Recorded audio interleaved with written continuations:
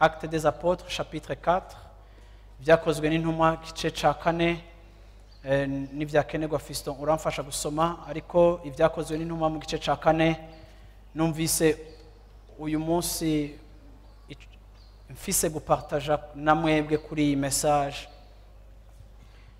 dusanzwe tuzi, ariko uyu munsi nje kandi gusubira kukwibutsa ibintu udagomba kwibagira, nje gusubira kukwibutsa ikintu gishobora kizoshishikara guhindura ubuzima bwawe, kigashishikara kuryosha ubuzima bwawe, kigashishikara kuzana ubudasa mu buzima bwawe. Haleluya, Bwana asifiwe sana. Amina. Ivyakozwe n'intumwa gice ca 4 guhera ku murongo wa mbere. Bakivugana n'abantu, abaherezi bazanana aho bari n'umukuru w'abacungera irembo ry'urusengero n'abasadukayo, bababajwe cyane nuko bigisha abantu bababarira yuko ukuzuka kw'abapfuye kwabonetse kuri Yesu. Babashorera ko amaboko, babashira mu ibohero gushitsa mu gatondo, kandi bwari bugorovye. Ariko benshi mu bumvise iryo jambo barizera igitigiri c'abagabo gishika nk'ibihumbi 5. Bukeye bwaho abashinga ntahe babo, abakuru n'abanyabwenge b'ivyanditswe bakoranira i Yerusalemu. Anasi umuherezi mukuru, Kayafa, Yohana, Alexandro nabo umuryango bose w'abaherezi bakuru babashize hagati, barababaza bati, n'ubushobozi ki canke ni izina ki vyabateye gukora ivyo? Nuko Petero yuzuye mpwemu yera arababarira ati, yemwe bashinga ntahe bantu n'abakuru, uyu munsi ko dusambishwa kuvyo twagiriye neza umuntu yanyogomba kandi nicamukijije, nimumenye mwese n'ubwoko bwose bwa Israeli yuko ari mu izina rya Yesu Kristo umunyanazareti, uwo mwebwe mwabamvye Imana ikamuzura mu bapfuye, ko ariho hatumye uyu muntu ahagarara imbere yanyu akomeye. Uwo niwe buye mwebwe abubatsi mwatituye, byahindutse irigumya imfuruka, kandi nta wundi agakiza kabonerwamwo, kuko atarindi zina munsi y'ijuru ryahawe abantu dukwiye gukirizwamo. Amen. Amen. Muri chapitre 3 hari hakoretse igitangaza, umuntu abantu bose bazi yaramugaye igihe kirekire. Imana ikora igitangaza akoresheje ba Petero, uyu mugabo arakira, arabohoka, inkuru yiwe iramenyekana cyane, itera ugwamo mu gisagara, bituma abantu bose bumva ivyakoretse bivuye kuri iki gitangaza Yesu yarahejeje gukoresha intumwa ziwe. Ariko kandi iyi nkuru icakoretse uko cateye ugwamo rwinshi mu minsi yari iheruka Yesu yarazutse n'ibiki, bituma intumwa zicika centre ya attention y'abantu bose, bituma intumwa abantu bose bazikurikira, bazumviriza, baziraba, baziririmba. Ariko cyane cyane ikintu cari kigoye kandi cari kibabaje kuri aba bantu bamwe kuri kategori imwe y'abantu, nuko Yesu yaravuzwe cyane, ivyo kuzuka kwiwe biravugwa cyane, ico yakoze kiravugwa cyane, bitera abantu bamwe guhungabana bumvise ingene izina rya Yesu ririko riramamara, ingene izina rya Yesu ririko riravugwa. Usomye kuri imirongo guhera ku murongo wa 5 kamanuka, baravuga igitigiri kinini c'abantu b'abayuda baje siko yari assemblée nini niko Bibiliya ivuga y'abarongozi b'abayuda uravyumva harimo abarongozi babo. Uyu murongo ugenda uvuga kategori y'abantu benshi cyane mu magrade atandukanye y'aba autorité canke y'abategetsi mu bayuda cyane cyane bahagurutse baraza kugira ngo baze kurondera ba Petero bababaze ngo ibi bintu muri ko muravuga ni biki, aka kajagari kava kuki. Rero Bibiliya iravuga amazina yabo, ikavuga abarongozi, ikavuga abashefu babo, ikavuga abo twita les anciens, ikavuga abo twita les scribes canke abasadukayo, ikavuga izi kategori, ikavuga abaherezi bakuru, ikavuga n'abantu bamwe bamwe nka ba Ana, ikavuga ba Alexandre, ikavuga ba Kaifa, ikavuga ba Yohani, ikavuga abantu batandukanye. Abo bose bari mu bantu bo muri generation y'abantu bagize contribution nini ya cyane kugira ngo Yesu ashobore kwicwa. Bari abantu bagize uruhara rukomeye kugira ngo Yesu akubitwe, yicwe, abambwe. Bari abantu mu byo bibaza yuko Yesu yazimanganye kuko bamaze kumwica, naho bavuze ko yazutse. Barashobora kwibaza yuko bashobora gukontena iyo fenomene yo kuzuka, kuko baravuga bati ibyo aribyo byose naho bavuga ko yazutse, ababibonye si benshi, nabigishwa biwe gusa, abantu bazovuga ko ari dinayo, uravyumva, ntibari ko baremera ko yapfuye, tuzoshobora kubijeha. Ariko ikintu cabagoye nuko mpwemu yaramaze gusukwa nka konsekanse y'ukuzuka kwa Yesu Kristo. Mpwemu yara aha kapasite canke ububasha abigishwa bo gukoreshwa nk'ivyo Yesu na wene yakora. Batangura gukora ibitangaza, buhoro buhoro ikibazo kirahindukira, batangura kubona yuko nubwo Yesu atakihari, ahubwo igihe yari ahari ibintu byarakoreka akabikora wenyene. Ariko désormais kuva azutse si wakibikora, aho Stefano arenganya arakora ibitangaza, aho Petero arenganya ibitangaza birakoreka. Ubu rero hacitse timu nini y'abantu bashobora gukoreshwa ibitangaza kandi bakavuga ubutumwa bwa mbere hihanya abantu 3,000, aha hihanya abandi bantu 5,000. Uravyumva, icika akajagari, hacika fenomene, hacika ikanguro ritigeze ribaho no mu gihe Yesu yari ahari. Abantu batangura kubona yuko vy'ukuri ibi bintu biragoye kumetriza. Ariko babonye kuva ku munsi w'isabato gushika ku munsi ukurikira abantu bakiririmba bavuga Yesu, aba bategetsi bose baja kurondera intumwa, baravuga ati ngo baratwicarika. Niko uyu murongo uvuga ngo babicarika hagati. Uravyumva, barababaza iki kibazo, n'ubuhe bushobozi bubatera gukora ibi bintu? N'ubuhe bushobozi bubatera gukora ibi bintu? Ntibashobora guharira ko umuntu atakize, ntibashobora guharira ko igitangaza kitakoretse, ariko barababaza ngo n'ubuhe bushobozi bubatera gukora ibi bintu? Niyihe nkomezi mwitiza kugira ngo mushobore kuba capable d'accomplir de tels miracles hagati mu bantu? Petero nawe uravyumva afata akaryo, uravyumva, arabishura, atangura kubabwira ibijanye na Yesu Kristo, ku buryo vyashitse ahantu bigakora ku mitima y'abariko baravyumviriza. Ababwira kandi yuko Yesu ari we nzira yonyene twahawe yo gukirizwamo. Yesu ashimwe cyane. Haleluya, amen. Iri jambo Yesu izina twahawe ryo gukirizwamo, canke le seul nom qui nous a été donné sous les cieux par lequel nous pouvons être sauvés.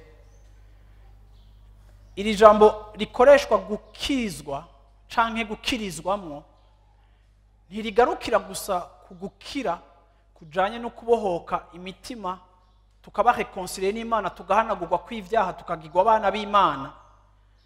Ariko iri jambo Petero reka arakoresha avuga ngo niryo zina twahawe ryo gukirizwamo, no kuvuga ngo toute forme, ikibazo icari cyo cyose, ububi ubwo ari bwo bwose bwabaye genere na Satani, ibibazo byari byo byose ushaka kuburi kuracamwo byaje bitewe na wa mwansi. Yesu niryo zina ryonyene twahawe munsi y'ijuru ryo gukirizwamo, niryo ryonyene ntiridukiza mu by'impuhemu gusa, ntiridukiza mu by'umushaha gusa, ntiridukiza no mu byo mu mubiri gusa, ariko riradukiza twese muri byose bitugize nk'abana b'abantu. Uyu munsi muri kino gitondo uyu niwe mugabo twaje guhimbaza, uwo twahawe wenyene, uriho wenyene, uwo exista wenyene, twahawe dushobora gukirizwamo atawundi atari Yesu Kristo. Uwo niwe Petero ariko arashinga intati, uyo mugabo niwe tuje kubabwira uyu munsi.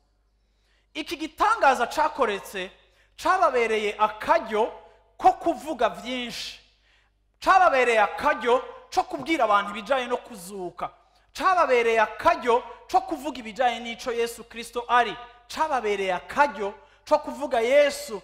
Bafatiye opportunité babwira babandi bamubamba, babandi batuma apfa, batanga kuvuga ati wa wundi. Haleluya, amina.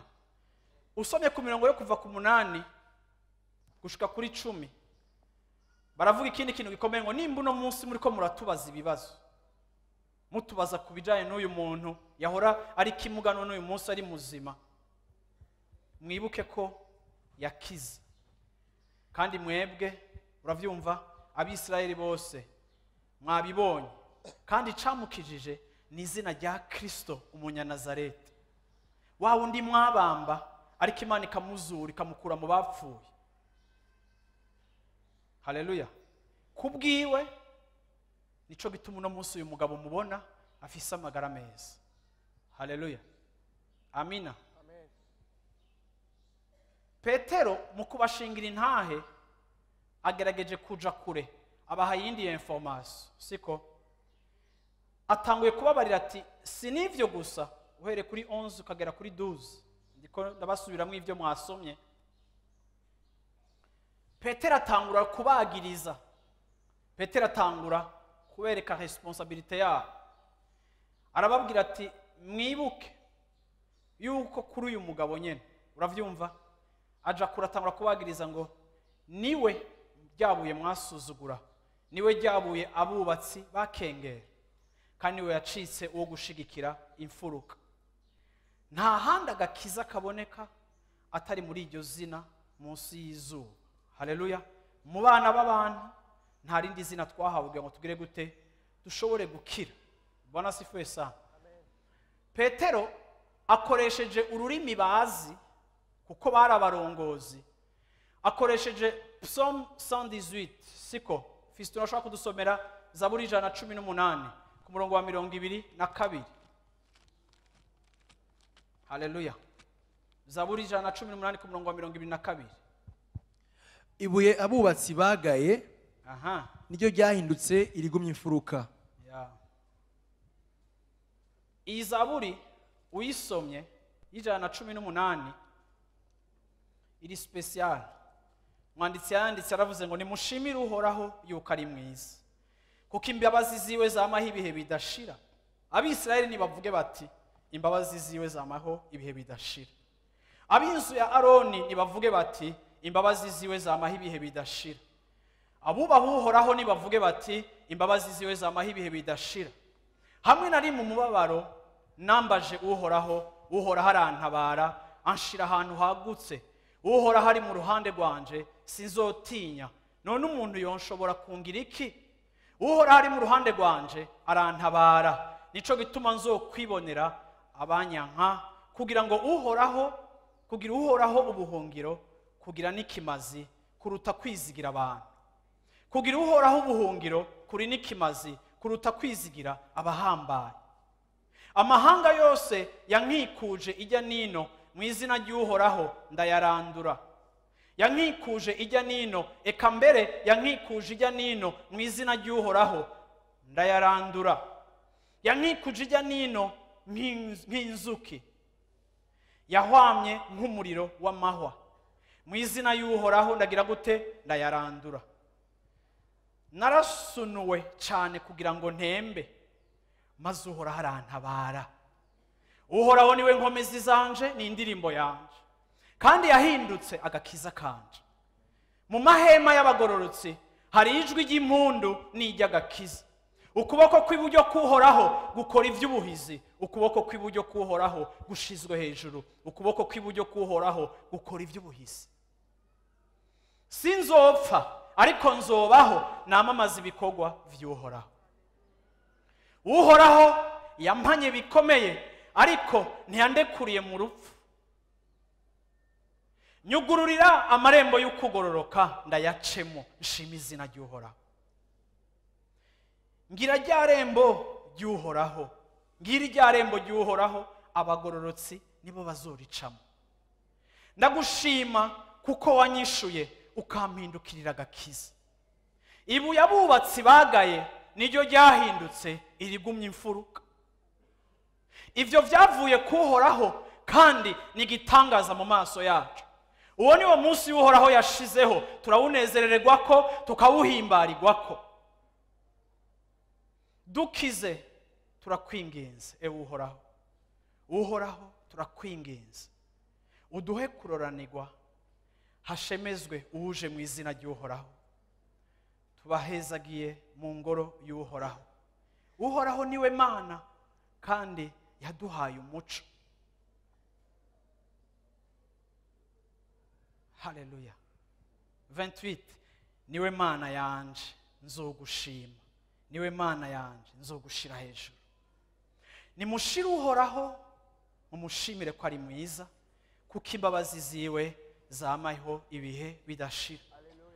Bwana asifiwe sana. Yesu ashimwe cyane. Haleluya.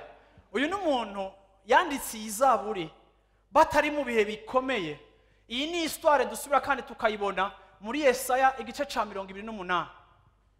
Akavuga ngo ico gihe tuzovuga ngo nihashimwe uje mu izina ry'uhoraho. Kuko hageze igihe mu buzima bwabo bakubititse cyane, Israeli gakubitika cyane. Ariko kandi hagera igihe Imana ibibuka, baravuga ngo muri ico gihe c'imperuka bariko baravuga ibijanye n'ingene Yesu azoza, n'ingene Yesu azovuka. Bibuka avugishwa uyu mwanditsi w'izaburi, avugishwa ingene igihe Yesu azoza. Imbere y'ukuvuka hazovuka Yohani Batista, uravyumva? Ari wazoza avuga ngo nihashimu uje, aje nk'integuza, avuga amakuru meza, aje kubwira yuko abantu bari baribagiwe, bari baratawe, bari baragize ibibazo, bari barahahamuwe n'amahanga bakagirirwa nabi n'amahanga. Aravuga ngo ibuye abubatsi bari baragaye nizo rizocika ku bwoko bwacu bwa Israeli, niryo rizocika irizogumya imfuruka, niryo rizokomeza edifice, niryo rizokomeza construction, niryo rizokomeza inzu, niryo rizokomeza umugambi, niryo rizokomeza ihanga ryacu. N'igihe abubatsi mu gihe kanaka barikengere bakarisuzugura, ariko iryo buye niryo rizogira gute, rizoshimika rigakomeza, rigatuma inzu ishobora guhagarara, rigatuma Israeli ishobora kwinjira mu masezerano. Haleluya. Amina. Washobora kunsomera Esayi 28 verset 16. Haleluya. Nico gitumye umwami uhoraho avuga ati, raba ndashira Isiyoni ibuye ryo kuba itanguriro, raba ndashira Isiyoni ibuye ryo kuba itanguriro, ibuye ryagejejwe, ari ryo ryo kugumya imfuruka, riri n'igiciro, rishikamye cyane, kandi uwizera ntazohutagiza. Voici je pose comme fondement en Sion une pierre éprouvée, une pierre précieuse de coin sur le fondement. Celui qui se fie à elle ne se hâtera pas. Haleluya. Raba ndashize Isiyoni. Kuri uno munsi muri kino gitondo ndagomba kubabwira Yesu nk'ibuye. Bwana asifiwe sana. Haleluya. Niwandika titre ya message uvuga uti ibuye rigumye imfuruka. Bwana asifiwe sana. Muri kino gitondo ndaje kuvuga hejuru y'ubuzima bw'umuntu wese ari muri kino kibanza. Navuze ngo hariho ibuye rituma imfuruka ihagarara, rituma inzu yawe ihagarara. Navuze ngo hariho ibuye. Iki nico Petero yari karabarira abagabo bamubaza ngo c'est par quelle puissance, c'est par quelle autorité, n'ubuhe bubasha, n'izihe nkomezi zabateye mwebwe gukora ibi nabonye mwakoze, ibi biriko biratera urwamo mu gisagara, ibi bitangaza turiko turabona hagati yanyu. Aba bagabo bafata opportunité, babwira abahambaye, babwira abakomeye, barababwira ngo ni wa wundi. Haleluya. Muri Psalm 118 bavuga ngo ibuye abubatsi bataye byacitse, ariko kandi muri Actes des Apôtres ntibavuga ngo ibuye abubatsi, ariko cette fois-ci Petero yetablit sa responsabilité akavuga ngo ibuye mwebwe mwakengereye niryo ryacitse, iryo kubaka canke iryo gushigikira imfuruka. Haleluya. Amen. Amina. Ndavuze muri kino gitondo ngo Yesu nibuye rituma ibyawe bihagarara, rituma inzu yawe ishobora guhagarara. Yesu ashimwe cyane, Yesu ashimwe cyane. Haleluya.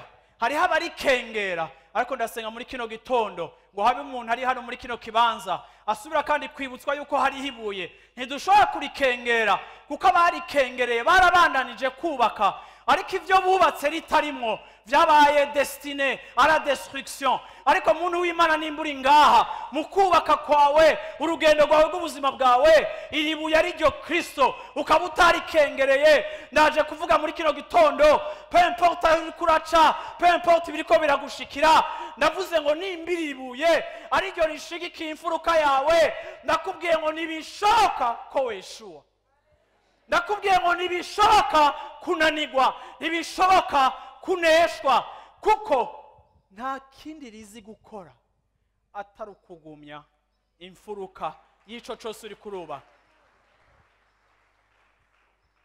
Yesaya arivuze neza, avuze ngo raba wewe ntarivuze nk'irigumya imfuruka, ariko Yesaya avuze ngo raba ndateye ibuye, raba ndabahaye ibuye rigiye kubabera urufatiro. Muribuka ko Yesu yavuze ngo umuntu inzu yiwe itahitanywe n'igihuhusi nuko yari yarubakiye ku rufatiro rumeze nk'urutare. Ndaje kubabwira umunsi muri kino gitondo ngo umwami wacu yidefinisa nk'ibuye. Ndaje kubabwira muri kino gitondo ngo twari ko duhimbaza ibuye.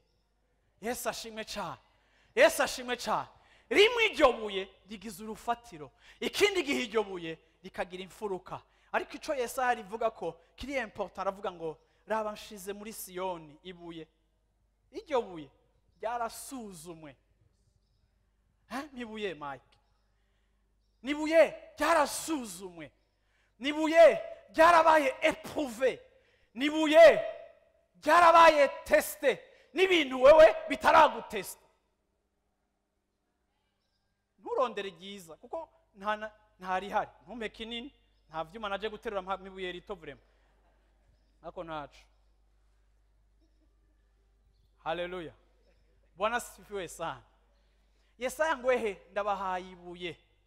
Iryo buye ako riraremereye kwe. Iryo buye uravyumva n'urufatiro. Bwana sifiwe sana. Amina. Kandi iryo buye ryarasuzumwe. Ndagomba kubwira umuntu wese ari hano muri kino gitondo, ibuye wahaye ubuzima bwawe ari ryo ryazina twahawe ryo gukirizwamo.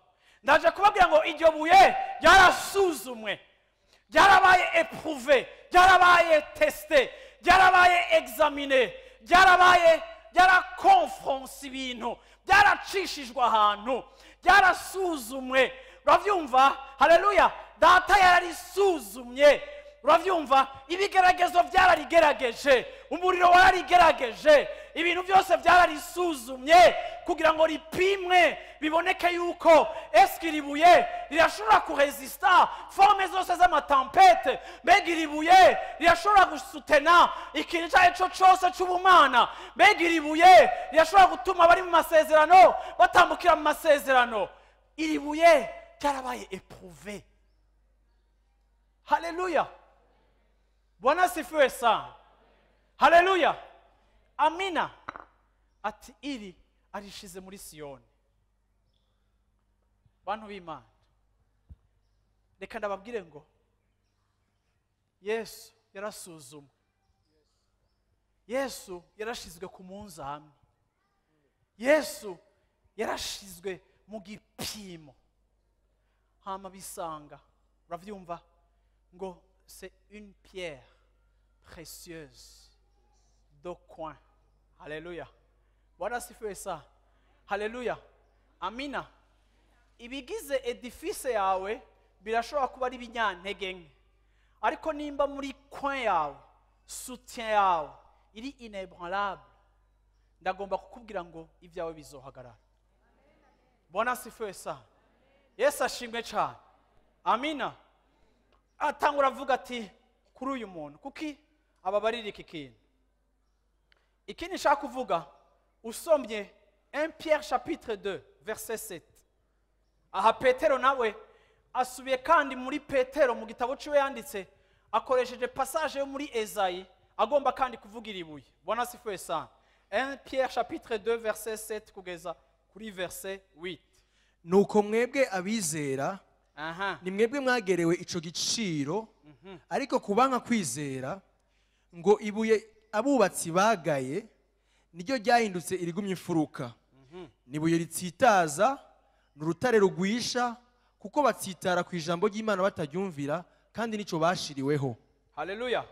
L'honneur est donc pour vous qui croyez. Mais pour les incrédules, la pierre qu'ont rejeté ceux qui bâtissaient est devenue la principale de l'angle et une pierre d'achoppement et un rocher de scandale. Ils s'y heurtent pour n'avoir pas cru à la parole. Et c'est à cela qu'ils sont destinés. Alléluia. Pétera avuze ikintu ciza. L'honneur est donc pour vous qui croyez. Aha hariho kategori zibiri z'Abisirayeli. Uyu muntu amaze gukizwa, ba Petero bakavuga ubutumwa, abandi bantu ibihumbi 5 barakijijwe bizera Yesu. Petero aravuga ngo nubwo muri ko muratubaza ibi, en d'autres termes, uravyumva, uyu ni ryabuye mwakengera, ni ryabuye mwebwe mwagaye, ariko mumaze kuginyoha, ne vous en faites pas, kuba ariko barubaka bobo bandi atari mwebwe ryababereye principal, uravyumva, ryababereye irishigikira imfuruka yabo. Ndagomba kubabwira ngo Yesu ashobora gukora ibintu bibiri mu buzima bw'abantu. Ica kabiri sindakikwipfuriza, ica mbere ndakikwipfuriza. Petero ngaha yanditse avuze ngo l'honneur est donc pour vous qui croyez. Mwebwe abizeye Yesu mukamuha ubuzima bwanyu, murabahigwe, kuko ryabuye mumaze kwizera ijambo ry'Imana, ryabuye ari ryo Kristo ririko rirakora mu buzima bwanyu ico rigomba gukora. Ndakubwiye ngo Petero avuze ngo l'honneur est donc pour vous. Ndagomba kubabwira ngo mwebwe mwamwizeye, uravyumva, ijambo ry'Imana ribabwira ngo uravyumva, vous êtes honorés. Haleluya. Muri ba honorable. Ndamukiriza honorable mwicaranye uti honorable. Haleluya. Iyi titre isi ntiyayiguha, ariko kandi Petero muri iki cyanditswe yayiguhaye, akwise ngo l'honneur est pour toi. Avuze ngo uravyumva, iteka ni kuri mwebwe mwizeye. Ngarabwira abantu b'Imana muri kino gitondo, turabahigwe. Reka nakubwire, sinkunda kwimvira ivyo mbuze, ariko ndakunda kwimvira ivyo mfise. Nzokwama mfise ivyo mbuze, ariko kandi hamwe n'ivyo ushigikira ikintu cyose kikaza kuba igiciki cy'ukuri mu buzima bwawe. Ni ryabuye, kandi ryabuye rirafise ikibanza mu buzima bwanje, ryabuye riri mu buzima bwanje. Haleluya. Riri integre mu buzima bw'iwanje.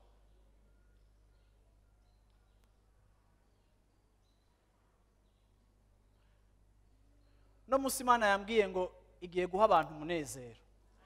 Ngenda kubwire ngo uza gutaha ufise umunezero. Ndavuze ngo mu izina rya Yesu Kristo uhora akumpera umunezero. Warubizi bantu b'Imana, ibihe rimwe nivyo bitwigisha, ariko kandi muhemu yarakwihishuriye wo kwiga utarinze gucishwa mu bihe. Ibihe nivyo bidutuma duhindura ama priorite mu buzima. Ibihe nivyo bituma tubona ivyo twahora twaminiye tutavyaminiye. Ibihe nivyo bituma ivyo twahora dushira imbere two bishira inyuma. kubera ibihe. Ariko kandi ngira mvuge ngo no guhishurirwa birashobora kugutuma tarinze kwigishwa n'ibihe, ihishurirwa rikagutahuza yuko vy'ukuri twaratewe iteka kuba dufise Yesu. Basha muri kino gitondo numva umenga ndiko ndigina hejuru yimva, ndiko ndigina hejuru y'abadayimoni, aho bakorera hose, aho bopera bose, uburyo bwabo bwose bwo gukora. Ndumva ndiko ndigina iribuye bamwe bakengereye, ariko ngo kuko mwe mwumviye ijambo mucitse ba honorable, kuko ico bamwe bakengereye mwagihaye agaciro kuko mwizeye. Bwana sifiwe sana. Haleluya. Arongera aravuga ngo ariko kubakomantaza imitima bakaba barakengereye iryo buye, abandi ryababereye imfuruka, ibuye ryo mu mfuruka. Mu Congereza bavuga neza cornerstone, uravyumva, vraiment rijiwe la mu coin. Bwana sifiwe sana. Haleluya. Mwobaza abubaka, uravyumva, muri coin, muri coin ya chaque construction, uravyumva, niho bashira bayita gute, ako nta mubatsi ari nga centre he complete bashiramo iki muri coin, uravyumva, canke basi hariya ijya ni colonne, uravyumva, muri coin niho bashira colonne, kuko niyo colonne, uravyumva. N'ubuzima bwanyu Imana yarabuhaye colonne, uravyumva, nico gituma muhagaze, byose bihagaze hajya inyuma, ntibihagaze imbere, uravyumva, inyuma niho soutien de toute chose. Haleluya. Rero kuri mwebwe mwizeye ijambo, uyu mugabo yacitse le soutien, uravyumva, ya structure yanyu yose. Mu yandi majambo mushobora guhangana n'ikintu cyose muri ko muracamo. Ndakubwiye ngo aho uri kuraca, uravyumva, uyu mugabo muri Psalm 118 yavuze ngo baransunitse ariko uhoraho ntiyemera kongwa, barashatse kungira nabi bamera nk'amavubi bacika nk'umuriro ariko uhoraho akabazimya. Yagiye agira comparaison, yerekana icabansi bamuronderera, akerekana ic'Imana yakoze, hamacara arangiza epfa aravuga ngo ibuye abubatsi bagaye niryo ryabaye ryo gushigikira imfuruka. Amaze kubona gutabagwa n'Imana, amaze kubona yuko ibikomeye byamuhagurukiye ariko ntivyamunesha, aratahura yuko atayindi science yakoresheje, ariko atahura yuko ari uhoraho ashigikiye ubuzima bwiwe, wawundi abandi bakengereye. Avuga ngo kuko ndamufise nico gituma natabawe, nuko ndanje ndinjira mu nzu yiwe nkahimbaza izina ryiwe, nkavuga ngo izina ryiwe rishigwe hejuru, kuko imbabazi ziwe zamaho ibihe byose. Haleluya. Bwana sifiwe sana. Bwana sifiwe sana. Ndasenga ngo Imana ibanterere gukunda Yesu no kumusarira. Bwana sifiwe sana. Hari igihe uvuga ubutumwa kumbenga ukusara wenyene, ariko ndavuze ngo reka muhemu yaraba communique. Bwana sifiwe sana.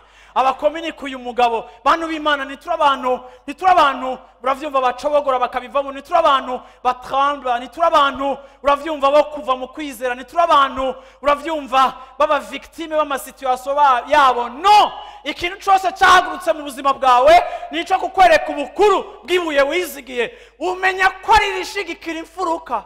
Lorsque ta maison est éprouvée et qu'elle parvient à résister, c'est à ce moment, na traduire, nimesema ni wakati ukipitia kipindi cha moto, yani ndio nakuwa kutambua kama lile jiwe ni jiwe kweli la mkwa.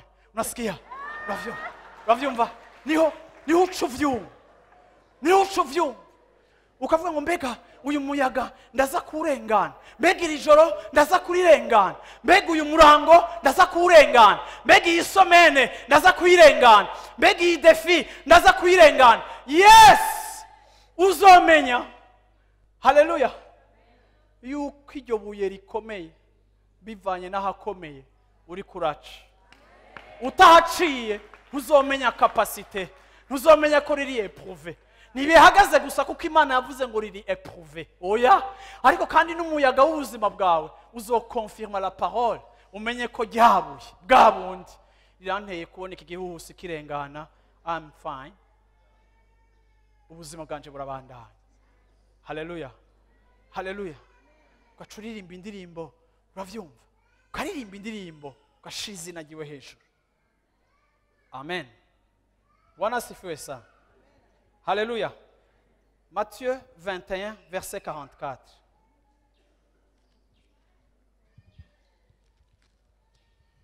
Umva ico Yesu yavuze kuri iri buye.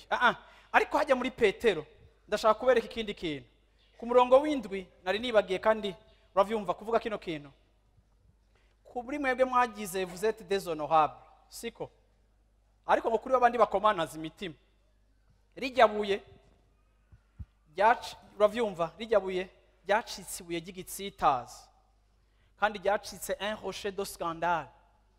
Kuri mwebwe mwagizeye byarabashigikiye, ariko kuri babandi nuno munsi bariko barakengera Yesu, iri buye rizoba iryo gutsitarako, iri buye rizoba igitsitazi, iri buye rizoba heza amano. Ni rimwe ariko ico rikora muri twebwe kiri différent en fonction y'ukwizera n'ukutizera. Kuri wewe urarihimbaza muri kino gitondo, ariko abandi kubwo kurikengera rizocika un caillou de scandale, une pierre d'achoppement. Ni iryo gutsitarako, uravyumva, ni iryo kubavuna, uravyumva, nta ciza riproduiza. Iki nico ariko aravuga kuri Yesu, uravyumva, bagomba kwerekana ingene abayuda bamukengereye. Muribuka n'igihe baja kumwica barabwiye ujya mwami ngo ndekurende, baravuga ngo rekura baraba, ni ica Yesu, aravuga ngo amaraso yiwe arabagwako, bati yes atugweko. Kubwo kutamwizera, ahubwo oriyo yuko umwizera bakamurungika ku musaraba. Yaravuze ngo amaraso yiwe ndayakaravye abagweko, sindi responsable. Kandi kuri abo dans les temps ziri imbere, bamwe iribuye uravyumva rizobabera igitsitaza kuko batagizeye igihe arico kintu Imana yatanze kugira ngo amasezerano yose y'Imana ku buzima bw'abantu b'Imana bushike. Yesu ashimwe cyane. Yesu ashimwe cyane. Yesu niwe muri we amasezerano y'Imana ashika.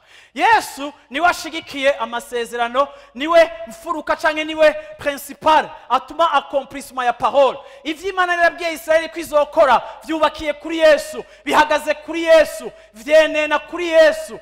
Igihe bamukengera Israeli ntivyashoboka kwigira ubuzima bwiza, nico gituma de génération en génération Israeli yagigirirwa nabi kuko batashoboye gukonsidera igihe bariko barubaka nation yabo. Ega Imana yarabahaye grandeur, ariko naho Imana yabahaye grandeur, ni peuple ifise chagrin, ni peuple ifise intambara nyinshi cyane, ni peuple idakundwa, ni peuple niyo yonyene ya mbere mw'isi ifise na terme idezinya, aho bavuga racisme canke bakavuga ayandi maforme yamo y'ubwansi niki, yo hageze kuri Israeli bavuga ngo antisemitisme. Uravyumva? Ni barabaronkeye na vocabulaire yerekana babanka pour les signifier. Uravyumva? Ntibakundwa, bama bari mu kaga. Ariko ijambo ry'Imana rivuga ngo igihe mwari ko murubaka ico abubatsi banyu mwakengereye, mukavuga ko iribuye ridakenewe muri la construction de l'édifice, et pourtant niryo ryonyene rishobora gutuma inzu yanyu, ewe Yerusalemu canke ewe Israeli, iba nzima. Nico gituma uyu munsi babwiye Yesu baramupinga kuko biteze uwundi azoza. Nico gituma babwiye ibya Yesu birabatsitaza kuko bumva yuko kurasuzuguza Mose n'ivyagezwe n'ivyo yazanye. Ariko wonyene uyu munsi bakengera, niwe wenyene ashobora guteramira imfuruka y'ubuzima bwabo. Uyo kubwo kumukengera, Abaroma igice c'9 avuga ngo Imana yabashize mu gihano, ibakura ku muzabibu, iducomeka ko twega abanyamahanga kubwo kwizera tugirirwa privilege y'ukoma ku muzabibu, ariko bo bamera nk'abatawe. Uravyumva? Naha kibarondera, naha kibafise ku muganga. Haleluya. Amina. Bwana asifiwe sana. Nimba uri kuranyi muvuga uti amina. Navuze Matthieu 21. Yesu arababaza ati, ntaho murasoma mu vyanditswe, ntaho murasoma mu vyanditswe ngo ibuye abubatsi bagaye, ngo ibuye abubatsi bagaye niryo ryahindutse irigumye imfuruka. Niryo ryahindutse irigumye imfuruka. Ivyo vyavuye kuhoraho, kandi n'igitangaza mu maso yacu. Nicyo gitumye mbabwira yuko ubwami bw'Imana muzobwakwa bugahabwa ihanga ryama imbuto zabwo. Stop. Uwo rizogwa ko rizomugira gute? 44. Uwo rizogwa ko? Ariko uwo uzogwa kuri iryo buye azovunagurika. Uzogwa kuri iri buye uravyumva? Azovunagurika. Kuko urazi igituma urigwako, iyo rigushigikiye ntubuga ishobora kurigwako. Ariko iyo wari kengerera ikaba ukiri pietina ushobora kurigwako. Aravuze neza rero ngo uwo uzorigwako rizogera gute? Azovunagurika. Uyundi nawe rizogera gute? Ariko uwo rizogwako. Ariko en plus de cela, uretse ko rizorigwako rizomuvunagura, ariko n'uwo rizogwako rizomuvungura. Rizomubriza. Siko mu Gifaransa bavuga? Rizogera gute? Rizo mufyonyora. Uravyumva? Rizo mwekaza.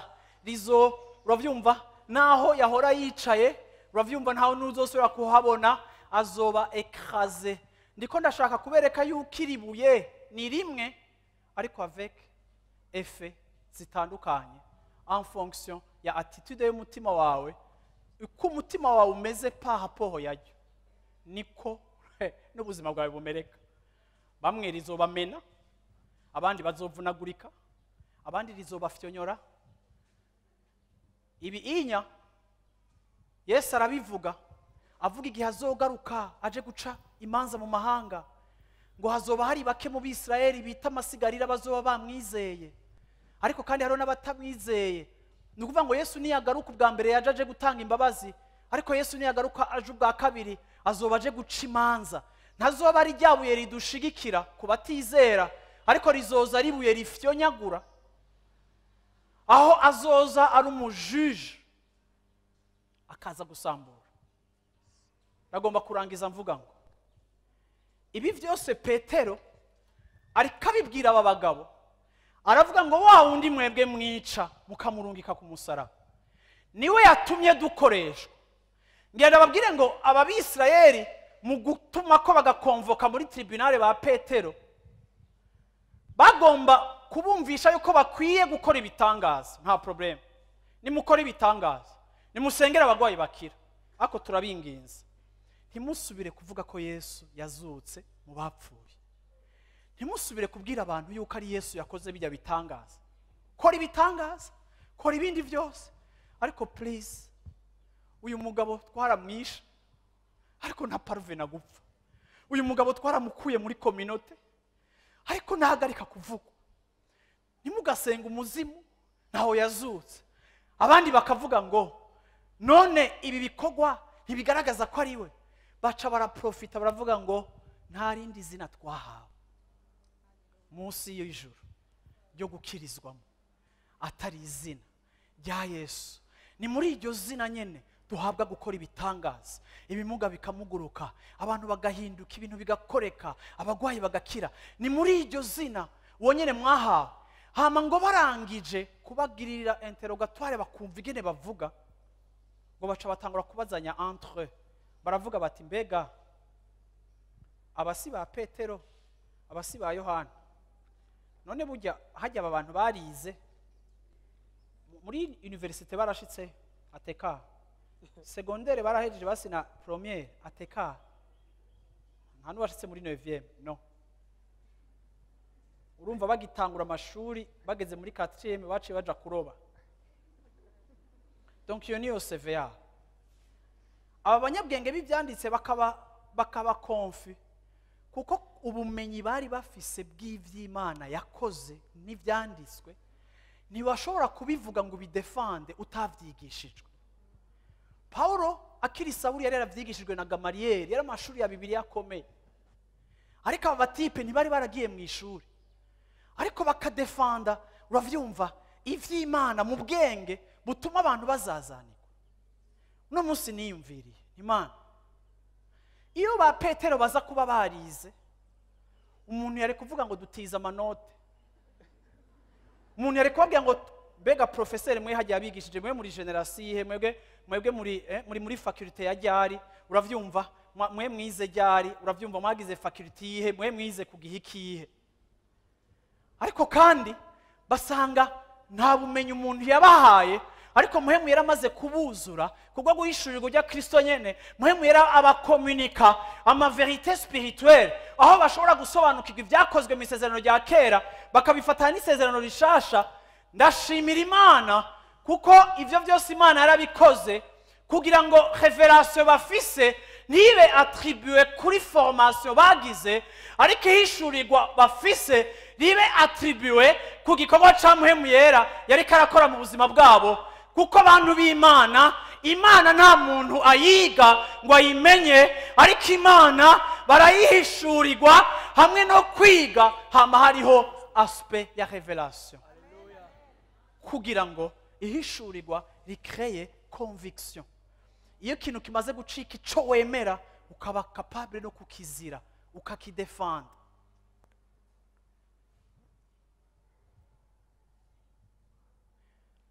Ngira ndangize mvuga ngo aba bantu bari abarongozi abascribe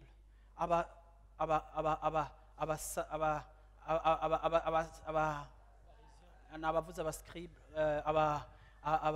abachef uravyumva les anciens uravyumva aba bantu barabaki abajya bandi batipe barabasacrificateur harimo na le grand sacrificateur.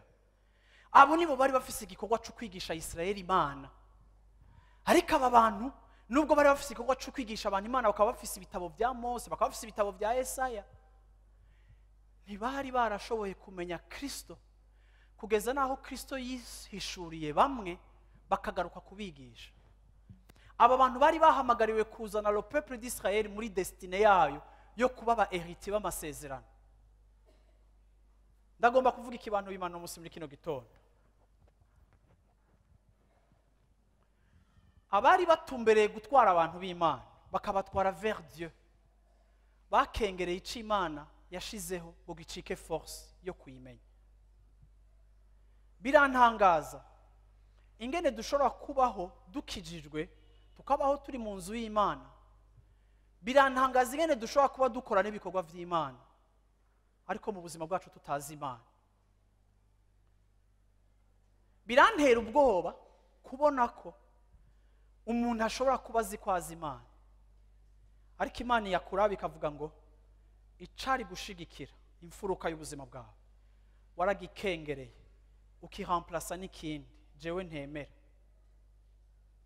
Raba uko iminsi izogenda ibyo wubatse bizobomoka ibyo wubatse bizosambuka niho uzoca umenya yuko la matière wakoresheje mu kubaka itaje iva ku Mana.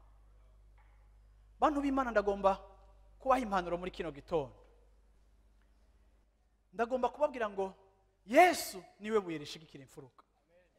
Ndaje kubira umunsi muri kino gitondo ntaco bitwaye ariko mu byo uri kurubaka byose mu bijanye n'ubuzima bwawe iterambere ryawe uri kurubaka imigambi yo gutera imbere kwa uri kurubaka uriwe wese ingene uzinduka mu gatondo ingene wiruka ukora ingene udeploya energy ingene ushiraho strategie ingene wiyumvira ingene uplanifya ingene ukonduiza ama etape yose y'iterambere ryawe. Ngira ndakubwire ngo kubaka urashobora kugira ivyo uri kurubaka kandi iyo uri kurubaka twese tubona kuri kurubaka kandi iyo uri kurubaka twese tubona kuri ko wubaka vyiza ariko ngira ndakubwire ngo hari ahantu mu buzima bw'umuntu uzomusanga ari karubaka carrière akava muri promotion aja mu yindi. Hari igihe uzobona umuntu ari karubaka akazi kiwe ukabona intambuko zose ziko ziragenda neza ukavuga ngo Mana ndagushima ariko aratera imbere ariko arava hamwe aja handi. Raba yaguze bishasha raba yuguruye succursale nshasha raba yuguruye ikindi gikorwa gishasha raba yaronse credit yaronse umugambi mushasha raba yaronse aba partenaire bashasha. Reka nakubwiye ngo turashobora kubaka ukubaka abantu tukakubona ko wabize icuya, uri kurubaka inzu yawe, uri kurubaka urugo rwawe, uri kurubaka abana bawe, uri kurubaka ubuzima bwawe, uri kurubaka entreprise yawe, uri kuriyubaka, uri kuraje imbere. Imana yadushizemo icimviro nk'icayo. Imana n'umu entrepreneur, Imana yaragize imviro, iravuga ngo reka tureme, irashira icimviro cayo mu ngiro, kuko Imana yamishira mu ngiro ico yiyumviriye kandi igiteramira kugira ngo igishitse. Natwe yadukomunitse kamere kayo, turi abantu bubaka. Aha mwese kuri generation yari yose mugeze ko n'imyaka mugeze ko muri ko murubaka ibintu. Aha mwese muri ko murasengera ibyo muri ko murubaka kugira ngo bice mu bigende neza. Ahari abantu ejo mu gatondo buca wiruka kuronka isoko, ahari abantu ejo mu gatondo uca wiruka kugwana n'ikintu kiyo kiragira gute, abandi mukaja gushitsa, abandi mukaja kwakira pema zana.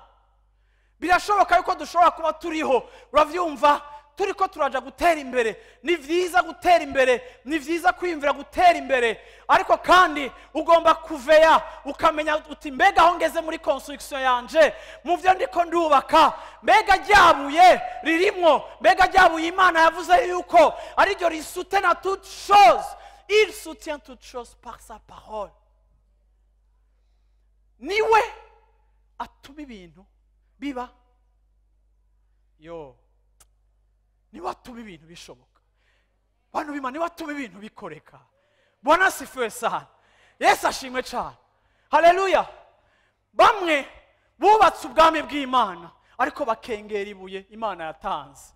Reka ndakubwire ngo muntu w'Imana muri kino gitondo, naje kukwibutsa yuko hari ibuye twahawe kandi iryo buye riri destine gushigikira imfuruka yacu. Yesu ashimwe cyane. Yesu ashimwe cyane. Singomba kwibagira yuko Yesu ari au centre de ma vie. Singomba kwibagira yuko Yesu ngomba kumugira ko reference muri etape zose z'ubuzima bwanje ndimo. Sinshobora kwibagira ko entreprise yanje naho iri kiratera imbere. Nuri wa mbere yateye imbere, ariko kandi hari n'abateye imbere bahenuka nabi, bamwe no gufungwa barafungwa. Uravyumva, kandi bari barateye imbere. Bantu b'Imana, nimuborezwe na success yose apparent, ariko kandi ikibatera kumva mwishimye ribe ryabuye, ko ari ryo riko rirasutena ibyo mufise byose. Haleluya, haleluya. Bwana asifiwe sana. Yesu ashimwe cyane. Uriko uraca mu bibazo muri mariage yawe, ariko ukarabuga ugasanga Yesu waramumize kandi waramuhaye ikibanza mu buzima bwawe. Ugasanga mu kubaka kwawe waramwiyumviriye ko warasengera urugo rwawe. Ukarabuga ugasanga ntacu utakoze, warumvirije, warahanuje, warasenze. Uravyumva, niwanegirije Yesu muri construction y'urugo rwawe, niwanegirije Yesu muri construction ya business yawe, niwanegirije Yesu muri construction ya carrière yawe, niwanegirije Yesu igihe wari kurafata ama decision muri entreprise yawe, niwakengereye Yesu, niwavuze ko ivyo bidakeneye igihe wari kuriruka kuronka amasoko, niwadandaje Yesu igihe wari kurevoriwa, ariko wanyu uri conscient yuko ari wagomba gusutena business yawe. Uyu munsi yo business kabikira aca mu muriro no mu bibazo no mu ntambara. Ndaje kukubwira ngo mu izina rya Yesu Kristo business yawe ntizohenuka. Yesu ashimwe cyane. Yesu ashimwe cyane. Ndavuze ngo business yawe ntizohenuka. Ndavuze ngo carrière yawe naho hari mu bwansi ntuzohenuka. Ngo baransunitse ariko ntiwemeye ko mpenuka, parce que tu m'as soutenu. Haleluya. Yesu ashimwe cyane. Bwana asifiwe sana. Ngira nsenge rero. Haleluya. Ngira nsengera umuntu wese iribuye riri mu buzima bwiwe. Ngira nsengera umuntu wese yahaye agaciro Yesu. Ngira ndagusengere par rapport yaho uri kuraca. Wowe uri kuraba eprouve, uri kurababazwa.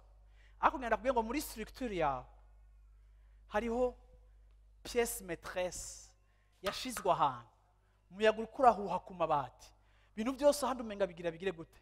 Ariko hariho pièce maîtresse iri muri fondation, iri ndani, iri enraciné, wayishize mu rufatiro rwawe.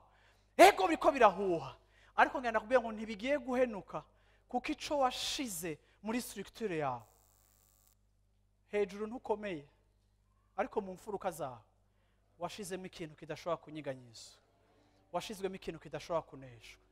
No musi muri kino gitondo nazanye umutima wo gusenga, ngira nsenga iminota 15. Uravyumva? Kandi nawe umfashe gusenga muri no minota 15. Ariko muri minota 15 uravyumva, ndashaka kuvuga uti buye wabuye we hagarika ivyanje neza. Haleluya. wabuye sute n'ivyanje ndazi kubisute ndazi kubifise. Haleluya. Bwana sifiwe sana. Yesu ashimwe cyane. Ibuye abubatsi bagaye, haleluya, niryo ryabaye ryo gushigikira imfuruka. Ariko kuri mwebwe mwamwizeye, Bwana sifiwe sana, kuri mwebwe mwamwizeye, kuri mwebwe mutamukengereye, rijya buye, haleluya, rigiye kubatera kuba abahigo. Haleluya. Peu importe ivyo uri kurubaka, ndakwibukije ngo make sure that Jesus arimwo. Je te recommande cette pierre dans la construction de tes projets. Je te recommande cette pierre angulaire. Iritaye mu buryo bw'ukokwipa coin. Uhoraho yaritaye ararikeba, ararigira guteguye ngo rije muri position, rije muri angle, riri stratégique, riri déterminant kuri progrès yawe no kuri joie yawe no kuri succès yawe. Nibuye rikomeye. Ako ntiwumva rero abakera rikomeye yo nibuye ry'igitare rikomeye yambere y'ubuhungiro yo nibuye we nibuye ry'igitare rikomeye rikomeye rikomeye nibuye ry'igitare rikomeye yambere Suniwe nishamo ambere y'ubugiro acogora kwa mahoro ambere y'ubugiro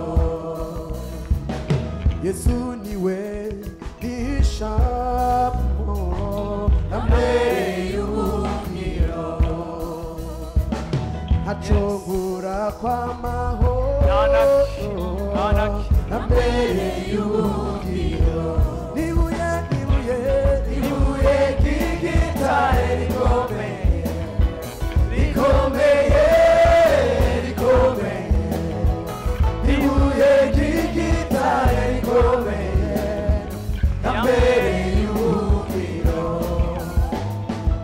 kumurango n'igitutu ambere y'ubugiro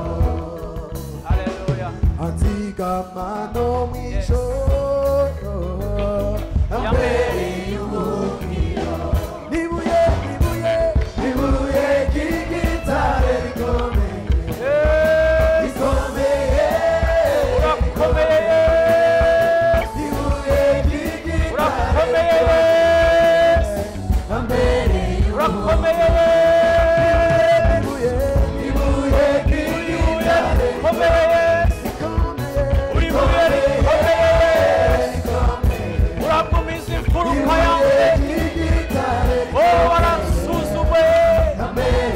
Fatiro wanje nibuye ry'igitare rikomeye rirakomeye rirakomeye mwene data rirakomeye mwene data rirakomeye mwene data uzohenuka nta na kimwe conteruko oya amasi numeyo mpanga ambere y'ubugiro aho nzobaho Yesari ambere y'ubugiro nawe ntazomemukira ambere y'ubugiro nibuye ry'igitare rikomeye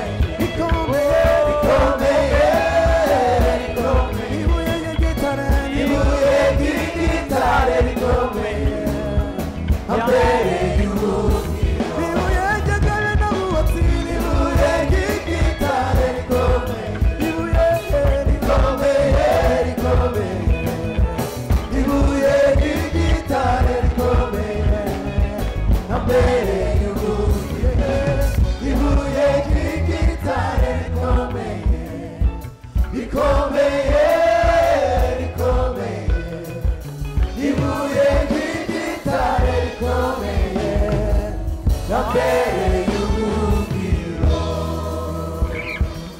haleluya. Reka numva ijwi ry'umuntu wese ubwira Imana turagushima Mana ko ari wowe buye rishigikira ubuzima bwacu. Ntaco nzoba, nta kizonkorako, nta kizonsambura, haleluya. Utangura umwereka ubuzima bwawe, domeni yariyo yose ukeneye kubona intervention yiwe, haleluya. Utangura uhamagara Imana, haleluya. Ndagushima Yesu muri kino gitondo, ndagushima Yesu wanje muri kino gitondo, ndagushimira umuntu wese ari hano hantu, ndagushimira umuntu wese ari kuri internet, ndagushimira umuntu wese ari ahantu yicaye hano hantu, ndagushima umuntu wese Mana atakengereye iryo zina, atakengereye iryo buye, abandi barihonyorako, abandi barititarako, abandi ribasambura, abandi ribafyonyora, abandi ribavuna, ariko twegereye ko riratwubaka muri kino gitondo. Ndagushima Mana yanje, ndagushima mukunzi wanje, ndagushima Mana kuko waduhaye pièce maîtresse. Ndagushima parce que tu nous as donné cette pierre angulaire. Elle est supposée soutenir ma maison, elle est supposée soutenir ma vie, elle est supposée me soutenir. Niryo buye riduha gushika mu masezerano, niryo buye riteramira amasezerano, niryo buye rituma ivy'ubumana bidushikako, niryo buye rituma dukira ingwara zacu, niryo buye rituma ibyacu bigenda neza, niryo buye rituma ibihuhusi bitaduhitana, niryo buye rituma imiyaga y'ubuzima itaduhenura, niryo buye ridushoboza kwihangana, niryo buye kuko ryasuzumwe rigacishwa mu muriro, niryo buye rishoboza mwene data guca mu muriro no kunesha umuriro, niryo buye ryatawe mu itanure bituma abagenzi ba Daniyeli badasha, bari batatu ariko habonetse ishusho y'uwa kane yaje ari ibuye éprouvé par le feu, ne pouvant pas être consumé par le feu, kuko yarasuzumwe n'abari bahagararanye nawe ntibashobora guturigwa, kuko abahagararanye n'iryo buye nabone barengana épreuve nk'uko nawe yarenganye épreuve. Ndavuze muntu w'Imana ugiye kunesha, ndavuze muntu w'Imana ugiye kunesha, ndavuze ngo uhora agiye kuguha kunesha, ndavuze ngo uhora agiye kuguhagarika ku birenge vyawe, ndavuze ngo naho uri kurasunikwa ntuzogwa ntuzoshika, ndavuze ngo naho abansi bakurungikiye amavubi ntazokujya, naho bakurungikiye umuriro uzozimangana ico arico cose. Nyemerera dusenge, sengera umuryango wawe, sengera akazi kawe, sengera amashuri yawe, sengera ibikorwa vyawe. Ndagomba amajwi y'abantu hano hantu, ndagomba abantu bahamagara Yesu, ndagomba abantu bamuhamagara, haleluya. Uwo niwe yahamagawe ca kimuga kirakira gitangura guhimbaza, uwo niwe yahamagaye bitera confusion, kuri bamwe bicika scandale, ariko kubizera bicika igitangaza c'Imana, kuba Yuda byarabatsitaje ariko kubandi bariko barakira. Ndavuze ngo nigihe cacu cyo kwakira icimana igomba gukora, nigihe cawe cyo kwakira icimana igomba gukora, nigihe cawe cyo kugendererwa n'Imana. Hari Imana igendera abantu bayo. Ndavuze ngo Mana agendera abantu bari hano hantu, ndasengeye ishengero ryawe, ndasengeye abana bawe, ndasengeye abahungu n'abakobwa bawe, ndasengeye abo bose batakengereye ryabuye, ndasengeye abo bose batarishize ipembeni. Ndavuze ngo reka rishitse, reka rishitse, reka rishitse, reka rishitse ibiza kubonoha, reka rishitse ibiza kuzana umunezero, reka rishitse ibiza kugwiza umunezero, reka rishitse ibiza kugwiza intsinzi, reka ryabuye rishitse ibiza kubaha kugerera no gutambukira amasezerano, reka rishitse. Shiketele bloshendele ko tele bloshetele ko. Fata uwo muhagararanye utangure kumusengera, lemblosheteleko. Nimba umugore wawe akwegereye umusengere, lembloshetele. Nimba uwo muvukana akwegereye umusengere, haleluya. Nimba umugenzi wawe ari ngaho uzafise umutwara ari ngaha, umusengere, haleluya. Nimba ugwaye, haleluya, uwo muri kuma gusengere, lendeleko tiele blosheteleko, lendeleko sheteleko, lindeleko tiele blo. Mana waduhaye ibuye, muri Siyoni wahashize ibuye, muri Siyoni wahashize ibuye, iryo buye niryo kuba urufatiro rw'ivyo ugomba gukora. Hahigwa, hahigwa uzanye ubutumwa bwiza, hahigwa uzanye ubutumwa bwiza, hahigwa uzanye ubutumwa bwiza. oh mana ndagushimira muri kino gitondo abizera bari hano abakumenye bari hano ariko inzu yabo iriko iranyiganyizwa ivyabo biriko biranyiganyizwa hari abariko baratakaza ubuzi hari abariko baratakaza amasoko hari abariko barakonfronte na crise hari abadandaji bariko barasufra hari abagwaye batariko barapavena gukira ingwara ziguma zigaruka hari abariko baratabwa hari abariko barabeshegwa ngaha hari abariko baracishwa mu muriro ngaha hari abariko baraca ahantu hagoye ngaha hari abariko barexperimenta certaines choses hari abariko barashikirwa n'ibintu badashobora kuvuga abariko baraca mu muriro mu mazu yabo mu bana babo. Yesu mwana wa Dawidi, uwo ni Yesu Munyanazareti, wa wundi mwabamba niwe yatumye uwigenda ibuye abubatsi bagaye ariko à la fin baragarutse basanga niryo ryo gushigikira ibintu. Ndavuze ngo reçois le soutien de Dieu, reçois le soutien de Dieu, reçois le soutien de Dieu, reçois le soutien de Dieu. Oh, dans ton combat, reçois le soutien de Dieu, reçois le soutien de Dieu, reçois le soutien de Dieu. Soyez fortifiés, soyez fortifiés. Ndavuze ngo aho uhagaze ntihazozimangana, ariko uyu ni umunsi Imana yaremye kugira ngo tuwuhimbarizemo tuwuryohererwemo. Bobo nta cibutso bazogira, ariko wowe izina ryawe ihembe ryawe. Sheketel tiele blo, rendele ko shetele ko tiele blo. Niwe mpamagaye Imana, niwe mpamagaye Imana, niwe mpamagaye Imana. Muri iri koraniro niwe mpamagaye Imana. Oh miracle worker, oh wowe ukora ibitangaza, wowe ukora ibikomeye, wowe ukora ibihambaye, wowe ukora ibyo abantu badashobora gukora. Wowe wahagurukije uyu mugabo, hagurutse uyu mugabo n'uno munsi, hagurutse uyu mugore, hagurutse aba bantu Mana bameze nk'abicurikiriye, hagurutse aba bantu Mana bameze nk'abadafise louange n'imwe, hagurutse aba bantu Mana bameze nk'abahenutse, hagurutse aba bantu Mana. Oh mfasha dusenge nawe yoba umunota umwe, reka guhora nta gacerere kawe gakenewe, ariko muhamagare n'ijwi ryawe, muhamagare. Nimba udafise n'ivyo uvuga, ivugire Yesu. Nane ndiko ndasenga, ndiko ndahamagara Imana yawe kuko hari intervention yawe.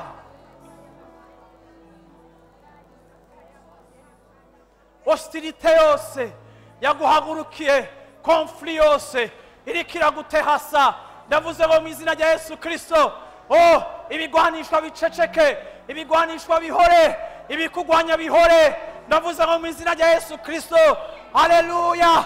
Ndavuze ngo habeho victoire, hari umwana wawe vyanse. Ndavuze ngo habeho victoire, ndavuze ngo habeho victoire. Uwo mwana akire, uwo mwana abohoke. Hari umwana wawe vyanse, mw'ishuri biranse, ndahagaritse ico gitero, ndahagaritse iyo mpwemu yose iyo ariyo yose yiyatatse ku buzima bwiwe. Ndavuze ngo umwana wawe akire. Sheketele blosheteleko, lendeleko tiele blosheteleko, lendeleko tele blosendeleko, lendeleko sheteleko tiele blo, lindeleko shendeleko. Igihe uri kurambikwa iceyi, igihe abantu bariko baragucafuza, ndavuze ngo Mana yanje mwambika umutamana, mwambika impuzu nziza, mwambika impuzu. Ni Imana yubaka izina ryawe, we ni wo kubaka izina ryawe. Imana igiye kukubakira izina, Imana igiye kukubakira izina. Niwagenda no kurondera, urondera utekanye, uhora agiye kukubakira izina, uhora agiye kukubakira izina mu kazi kawe, uhora agiye kukubakira izina mu migambi yawe, uhora agiye kukubakira izina mu burondera kw'amasoko, uhora agiye kukubakira izina abagutaramuye kuko bakwinuvye kubera impamvu zizafatika, uhora agiye kukubakira izina. Ubakaman, ubakaman, ubakaman, ubakaman, ubakaman. Twubatswe na wewe, oh dushigikiwe na wewe. Ubakaman, tu es la colonne sur laquelle, oh toute la structure se tient. Tu es la force invisible, tu es la force invisible, mais tu es la force qui agit. Nous voyons le vent Ah, nous ne voyons pas le vent. Nous voyons les effets du vent. Nous ne voyons pas le vent. Nous ne voyons pas ni sa provenance, ni sa destination. Mais les effets du vent nous prouvent qu'il y a le vent. Nawe mana, urahumeka, mwemu wawe aragenda. Ibubafu n'iburyo, naho tutamubonesha amaso. Ibikorwa vyiwe biravuga ko ariko arakora. Biravuga ko ariko arakora. Ndavuze ngo uhora hagukorere. Ndavuze ngo uhora hagukorere. Ndavuze ngo uhora harumika abamarayika biwe bagukorere. Ndavuze ngo uhora harumika abaserviteur biwe bagukorere. Ndavuze ngo uhora hagukorere. Ndavuze ngo uhora hakorere inzu yawe. Ndavuze ngo uhora hakorere uruvyaro rwawe. Ndavuze ngo uhora hakorere abawe. Ndavuze ngo uhora hagukorere. Ndavuze ngo uhora hakwitwararike. Ndavuze ngo uhoraho ahanagura amosozi, akurere ikiriyo, azana umunezero.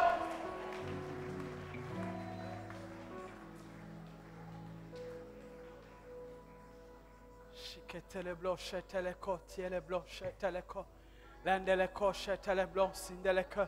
Wamfasha ukavuga uti Mana urakoze Mana. Halembloche tele shendeleko tiele blo landeleko tiele bloche teleko landeleko tiele bloche teleko landeleko shetele tiele blo. O wakiri chimani likirakora, wakiri chimani likirakora, wakiri chimani likirakora, wakiri reconfort iman, wakiri ijwi ryiwe riruta ijwi ry'abantu, rirengeye ijwi ry'abantu. Wakirica ariko arakubarira, abantu barakubariye ariko nawe arakubariye, aravuga ngo haleluya, ni jewe nshigikira imfuruka zawe, ni jewe mpagaze mu mfuruka zawe, ni jewe nshigikira imfuruka yawe. Asante Yesu, Asante Yesu, asante Papa. Ashobora kumudugiriza ibyo biganza byawe, umwibwire gusa uti asante Papa. Asante Papa, asante Papa, asante Yesu, asante Yesu. Pokea sifa, pokea sifa, pokea sifa, pokea sifa, pokea sifa.